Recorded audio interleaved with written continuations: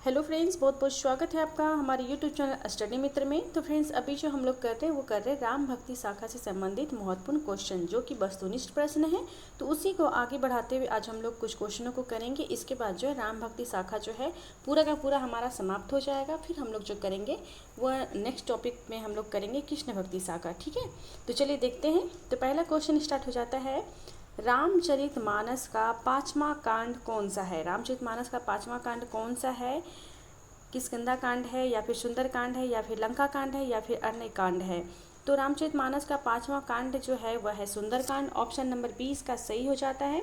Next question है कि इनमें से राम कथा का मार्मिक प्रसंग कौन सा है। इनमें से राम कथा का मार्मिक प्रसंग पूछा गया है वह कौन सा है। पहला ऑप्शन है नारद मोह, दूसरा है चित्रकूट सभा, तीसरा है अहिल्या उद्धार और चौथा है रावण वध। तो इनमें से क्या है मार्मिक प्रसंग, जो कि बताया भी गया है। जब मैं रामचरितमानस के बारे में बता रही थी तो उसमें मैं बताई थी कि मार्मिक प्रसंग उसमें कौन कौन सा है। मार्मिक स्थल के बारे में जो वर्णन किया गया है रामचरितमानस में, तो क्या क्या है, कहाँ कहाँ है। ठीक है, तो इसमें से क्वेश्चन यही पूछा गया है कि राम कथा का मार्मिक प्रसंग कौन सा है। तो चित्रकूट सभा जो है यही है मार्मिक प्रसंग। ऑप्शन नंबर 20 का सही हो जाता है। नेक्स्ट क्वेश्चन है कि राम की बाल रूपी झांकी किस ग्रंथ में मिलती है। राम की बाल रूपी झांकी जो है किस ग्रंथ में मिलती है, सर्वाधिक किस ग्रंथ में मिलती है। यहाँ पे सर्वाधिक छूट गया है, सर्वाधिक होना चाहिए था यहाँ पे। तो पहला ऑप्शन है गीतावली, दूसरा है कवितावली, तीसरा है रामचरितमानस और चौथा है भैरवी रामायण। तो कवितावली में जो है राम की बाल रूपी की झांकी जो है सर्वाधिक रूप में मिलती है। तो कवितावली ऑप्शन इसका नंबर जो है 20 सही हो जाएगा। नेक्स्ट क्वेश्चन है कि अवधेश के बालक चरी सदा तुलसी मन मंदिर में बेहरे, यह पंक्ति किस काव्य ग्रंथ में है। यह जो पंक्ति है किस काव्य ग्रंथ में है। तो ऑप्शन नंबर ए है कवितावली, दूसरा है गीतावली, तीसरा है विनय पत्रिका, चौथा है रामचरितमानस। इसका ऑप्शन नंबर ए सही हो जाता है, कवितावली। कवितावली में है यह पंक्ति। नेक्स्ट क्वेश्चन है कि अबलो नसानी अवन नसे हो किस काव्य ग्रंथ की पंक्ति है। और ये जो पंक्तियां हैं ना, ये किसी न किसी एग्जाम में ये पूछे गए हैं। ठीक है, तो ये बिल्कुल ये इम्पोर्टेंट हो जाता है और बार बार ये रिपीट भी किया गया है।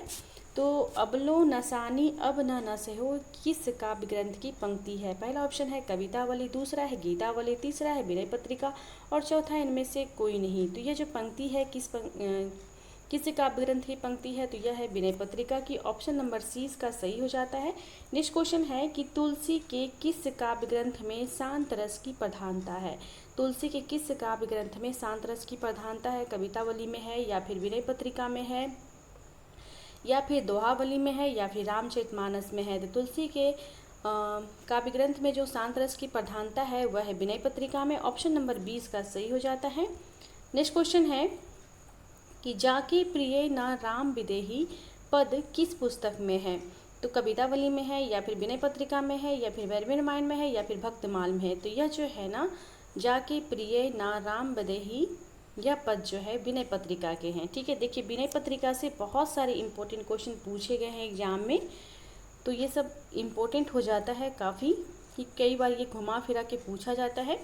नेक्स्ट क्वेश्चन है कि तुलसीदास की भक्ति किस प्रकार की थी। ये भी बहुत ही अच्छा क्वेश्चन है और बहुत ही आसान सा क्वेश्चन है, लेकिन इसका आंसर जो देने में है कई बार हम लोग गलतियाँ करते हैं।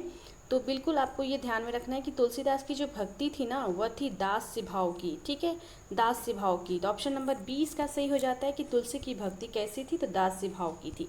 नेक्स्ट क्वेश्चन है कि रामचरितमानस का महत्व आज किस कारण से है। ये अगर करेंट में अगर पूछा जाए क्वेश्चन, तो इसी प्रकार से पूछा जाता है कि रामचरितमानस का महत्व जो है आज किस कारण से है।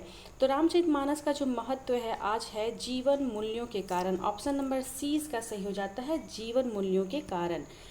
नेक्स्ट क्वेश्चन है कि इनमें से तुलसी की रचना कौन सी है। इनमें से बताना है आपको कि तुलसी की रचना कौन सी है, और आप सभी जानते ही हैं कि तुलसी की रचना कौन कौन सी है।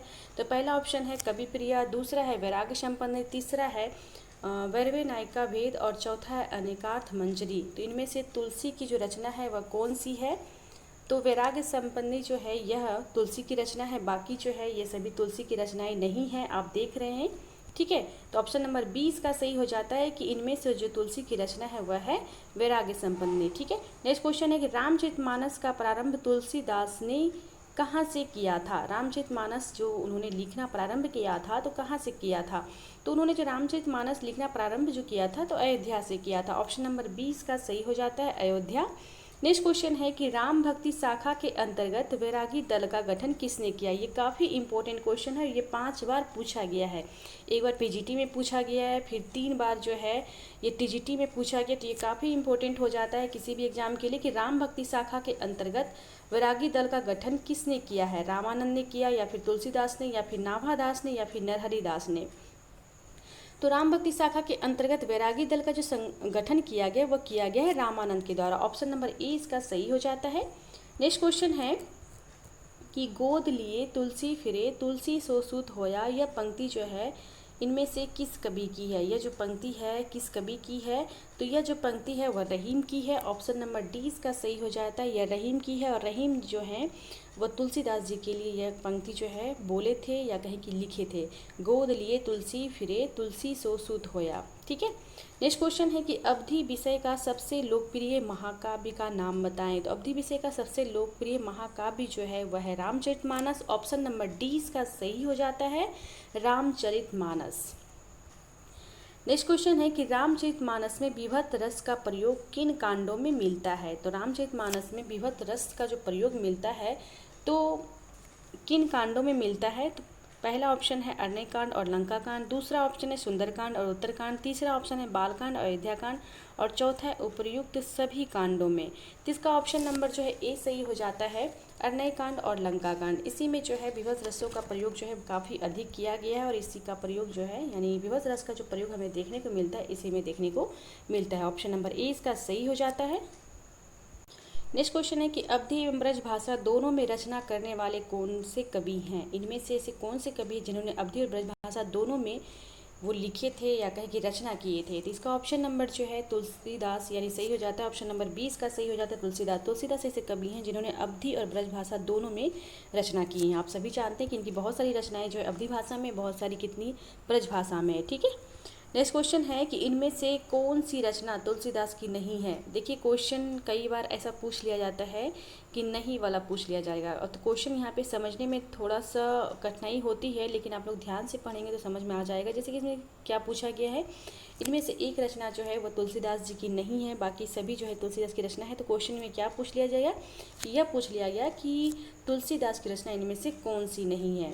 तो देखते हैं। तो पहला है रामचरितमानस, ये तुलसीदास की है। कवितावली ये भी तुलसीदास की है, और गीतावली ये भी तुलसीदास की है।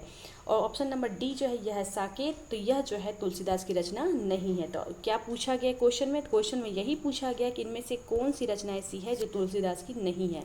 तो हम सभी देख रहे हैं कि सारी रचनाएं जो है तुलसीदास की है, लेकिन ऑप्शन नंबर डी जो है यह तुलसीदास की नहीं है। साकेत क्या है, तुलसीदास की नहीं है। ठीक है। तो ऑप्शन नंबर डी इसका सही हो जाता है। नेक्स्ट क्वेश्चन है कि तुलसीदास जी ने भी भ्रमर गीत परंपरा के अंतर्गत भ्रमर गीत की रचना की जो संकलित है। तो संकलित है किसमें संकलित है, तो जानकी मंगल में है, या फिर कृष्ण गीतावली में, या फिर गीतावली में, या फिर कवितावली में। तो आप सभी जानते हैं कि कृष्ण गीतावली में जो है सूरदास की जो रचना है भ्रमर गीत सार, उसके बहुत सारे अंश देखने को हमें मिलते हैं। तो भ्रमर गीत परंपरा के अंतर्गत भ्रमर गीत की रचना जो तुलसीदास जी ने की है, तो किसमें की है, तो कृष्ण गीतावली में की है। ऑप्शन नंबर 20 का सही हो जाता है। नेक्स्ट क्वेश्चन है कि गीतावली है, तो गीतावली क्या है, तो मुत्तक काव्य है, या फिर अतुकांत काव्य है, या फिर प्रबंध काव्य, या फिर इनमें से कोई नहीं। तो गीतावली जो है एक मुत्तक काव्य है। ऑप्शन नंबर ए इसका सही हो जाता है। नेक्स्ट क्वेश्चन है कि रामचरितमानस का ज्ञान दीपक प्रसंग किस कांड में वर्णित है। रामचरितमानस का ज्ञान दीपक प्रसंग जो है किस कांड में वर्णित है, और ये क्वेश्चन पीजीटी में पूछा गया है। ठीक है। तो बहुत ही अच्छा क्वेश्चन है। तो चलिए देखते हैं इसका आंसर क्या होता कि रामचरितमानस में ज्ञान दीपक प्रसंग किस कांड में वर्णित है। उत्तरकांड में है, या फिर अयोध्या कांड में, या फिर बाल कांड में, या फिर अरण्य कांड में। तो रामचरितमानस में ज्ञान दीपक जो प्रसंग का जो उल्लेख किया गया है वह किया गया है उत्तरकांड में। ऑप्शन नंबर ए इसका सही हो जाता है। तो ये थे आज के कुछ क्वेश्चन राम भक्ति शाखा से संबंधित। इसके बाद जो है हम लोग का पूरा जो है राम भक्ति शाखा जितने भी टॉपिक थे उससे संबंधित राम भक्ति शाखा में जितने भी महत्वपूर्ण टॉपिक थे सभी हम लोग देख चुके हैं, कर चुके हैं। ऑब्जेक्टिव क्वेश्चन को भी देख चुके हैं, महत्वपूर्ण क्वेश्चनों को। इसके बाद जो हम लोग करेंगे वो करेंगे कृष्ण काव्य को पढ़ेंगे। ठीक है। मिलते हैं अगले वीडियो में, तब तक के लिए धन्यवाद।